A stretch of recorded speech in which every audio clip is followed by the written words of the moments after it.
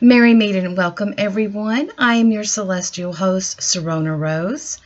I host the AstroTarot Report show on the Cauldron Radio. It's the cauldron.net, so go check that out. We have some wonderful shows on there, and I am sure that you would really enjoy some of the pagan music that is available there. Now, I wanted to do an update. If you missed the show on the 10th, you missed a lot of stuff that's happening this week. This weekend, we had a lot of movement going on. Now, we started out on the 10th with the moon in Pisces that was squaring Jupiter in Sagittarius, and that gave us a push of some creative energy. And it is helping us make our dreams grow. And for some of you, you'll actually be getting some new creative ideas to add to those visions that you have. On the 13th, Jupiter squared Neptune, and this energy is about expansion. So it's going to want you to expand your visions of your future. And today, Mercury in Capricorn were sextile Neptune in Pisces, and that is helping us clearly communicate our ideas and making our dreams physical. So this is wonderful meditation time into what we want to manifest for our future. Jupiter is the planet of good luck. He's optimism, success, and he has really been making his energy known. Jupiter is our joyous planet. And Jupiter is the ruler of the heavens. He is the god of gods in mythology. He is associated with abundance. But now his other aspects are knowledge, vision, and truth. Neptune is known for the illusions. But in the sign of Pisces, he can be a deep thinker, leading for us to self-awareness and self-realization. The understanding of why we are here. And you know, this can be peace bringer energy as well. And one thing is for sure is that this energy, it really desires tranquility. This isn't about our outer world, it's about our inner. So with this combination going on, there can be some breakthroughs happening as well as breakdowns, because this is the energy of experiencing our journey, the unfolding of our life. It is the sense of discovery of the self. In this dance, we want to pierce the veil to really see the truth. Jupiter sitting in Sagittarius is all about seeing the truth. It wants that undeniable truth. And Venus has moved into has moved into Sagittarius as well, right next to Jupiter. So this is going to be about love too. Remember, she spent a good time in Scorpio, so she went through a lot of transformation, and it was really hard for her. Now, she knows what she wants and she's going after it. Mars is in Aries. Venus and Mars, there are zodiac lovers here. Okay? So when this is happening, we are really going after what we want, and we're really not wanting to deal with drama or any of the unnecessary stuff. But we do have Saturn that is sitting in Capricorn, and that is our father. Saturn is our father, and he reminds us of boundaries. He reminds us to slow down, make sure we think things through, make sure this is going to have the best outcome for us. Neptune wants to believe in something, and Jupiter is searching for that higher knowledge. And it really gives us hope that there's something better. So this energy could help a lot of us regain hope, renewal of hope in our life, to kind of see that silver lining around the clouds. Now, these energies that are going on right now, it can take us on a really wild journey. And mixed with fire energy, we can blaze through some roadblocks before us. But we just have to listen to Saturn and slow down just a little bit. Remember, slow and steady. We don't want to blast it all and lose all of that valuable energy. We want to harness it and focus it so it can sustain us for the long haul. Now, this is about fully living and being aware of what is in our lives. It's about being authentic to who we are. And this is the place where our dreams manifest. So today, try to do something that will help you manifest your dreams in the future. Think about what you want. Spend some time with yourself. Meditate. Think about what you really want. And then send that vision out to the universe.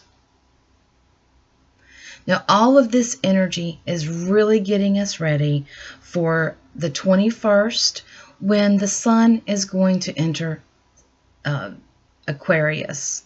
And this is going to bring us a lot of independent and innovative energy. This is eccentric energy too, so you could find yourself in a little bit of unusual situations. I really feel it's more of us getting the things that we're wanting, but in different ways that we wasn't expecting. Maybe you're starting out with, okay, this is how I need to get there, but you're realizing that there's other ways that you just really wasn't expecting that can get you there as well. Maybe you will be getting other partnerships or other people that will offer you advice that you never thought of. On the 21st as well, we are going to have the full moon in Leo, and that is going to be a lunar eclipse. And I will talk about that on the next show that's on the 17th. You will want to tune in on the cauldron.net at 9 p.m. Eastern Standard Time, and I will talk more in depth about that. Now, this is really good energy, as eclipses are like turning points. And at the beginning of this month, after our solar eclipse that we had, our new moon, which is about new beginnings, and a solar eclipse that we had, remember, eclipses are turning points. And at that time, all of our planets turn direct. So this energy is intense. We have several planets that is in their home signs. Mars is in Aries, Neptune's in Pisces, Jupiter's in Sagittarius. See here, Saturn's in Capricorn. And all of this energy is saying, okay, let's take this picture. Okay? Neptune says dream big. But Saturn reminds us that we have to be realistic and not jump just at anything. Mars says, I got you. I've got this energy. And Jupiter says the sky is the limit. So we have a lot of different energies happening here. But this is really good to help us focus in on that which we are trying to achieve, our visions of our future. Now, the cards that I read was the energy of the week was the Magician. And the Magician, you know, he basically reminds us, as within, so without, as above, so below. He reminds us that we have all the tools that we need to make our dreams reality. We are the builders of our life. We use our own magic to create what we want. This is centered and grounded energy. And the number 1 is on here. The 1 is the I am. It is the breath of the Creator. It is new beginnings and opportunities. It's related to the planet Mercury. The number 1 is the foundation of all numbers, and it unites all. Now, we are being told that we have the tools and the resources that we need to create what we want. You just have to commit to yourself to make it happen. Your visions need your undivided attention. Now, what we are conscious of is the Eight of Wands, and this is about fast-moving energy. This is a really pretty deck, and I'll tell you the name of it as soon as I get done reading these cards for you. But if you can see the wands here, they're going down, so they're fixing to ground this. This means that something is fixing to be created. It's fixing to manifest. This card is all about movement. It's quick movement. And many times it can mean travel. Things that we have been focusing on will come into fruition. The number 8 that's on this card, and it's about karmic balance. It reminds us that we will reap what we have sown. It's goal-oriented, and it's determined and focused. It is a cyclic card, meaning that it is part of a transition. And yes, in transitions, we lose and we gain. Can y'all see that card good? There you go. So this is wonderful. This card is about prosperity with fast-moving energy. Now, 8 is associated with the number 4, which is about stability. So this is a great card of what we are conscious of. Now, what we're unconscious of, what we're not realizing, is the 4 of Cups. Now, the 4 of Cups always means like stagnation, boredom.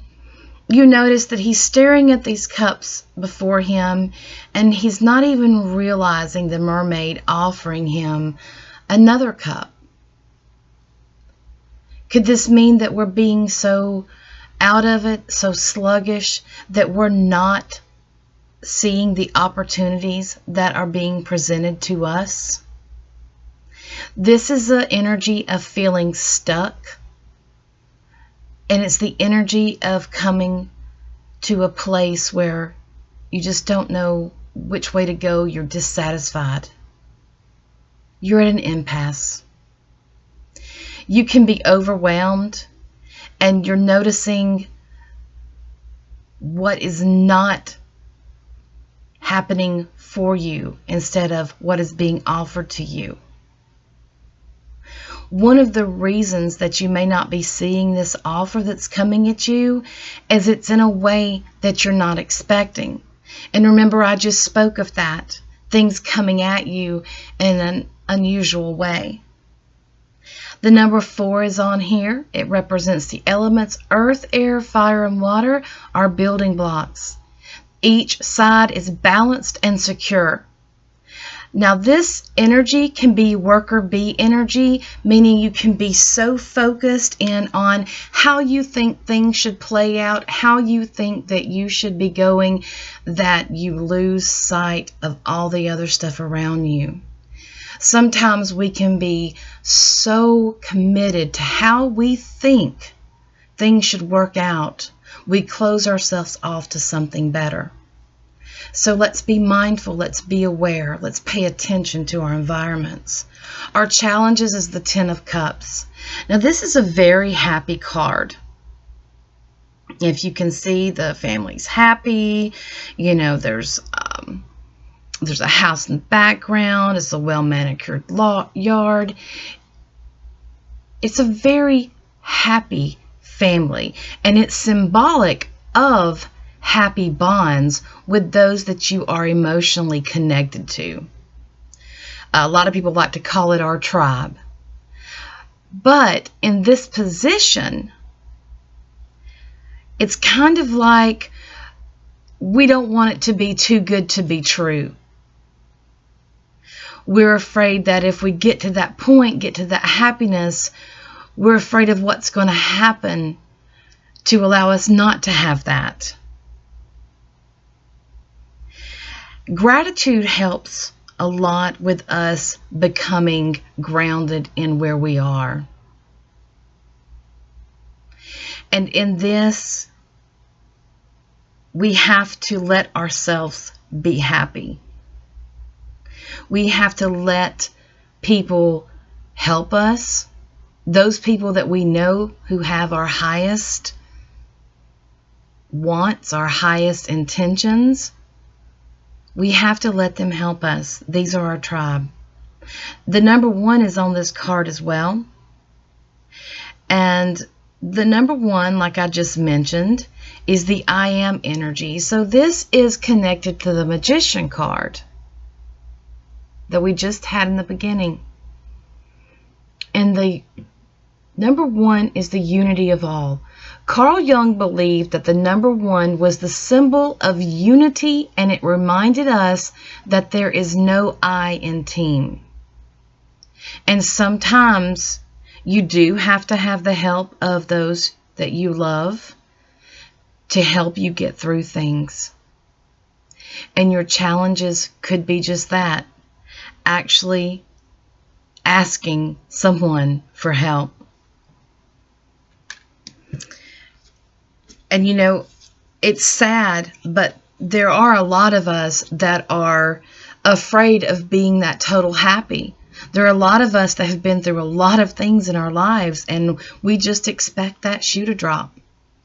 But if we listen to the astrology and we take one moment at a time, instead of focusing on our destiny, our end result, just allowing the unfolding of the path. The message of Spirit is karma. And karma, obviously, is about cycles. And if you'll notice here, there's an eclipse happening, which is perfect because right now we are in the middle of eclipse. So, this is showing us day and night, a balance, a harmony. And sometimes it could be looking back at our past to help us remember what it is that we do love and value. It's remembering innocence.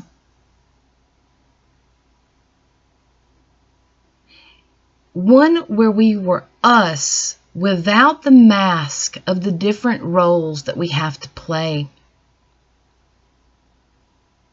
So here, Spirit is saying to us that we may have to work through a lot of these challenges, but know that you will reap what you have sown.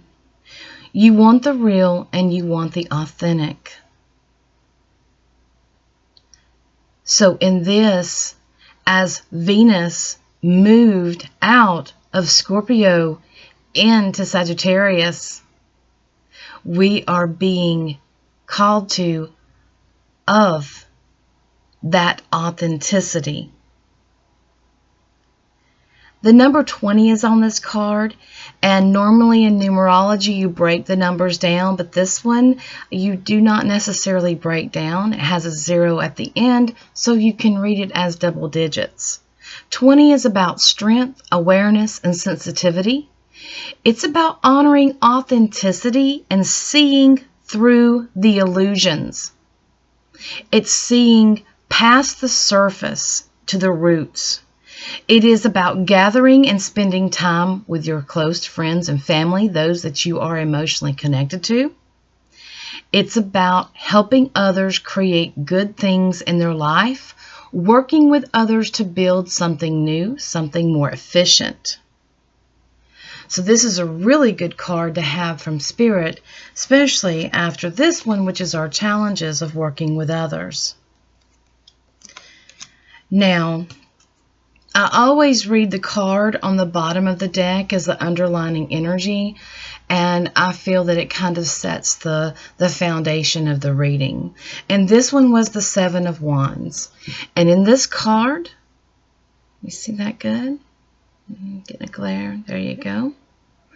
In this card, you'll notice he looks like he's fighting off a bunch of people. He is ready to go. He's defending himself. He's standing his ground.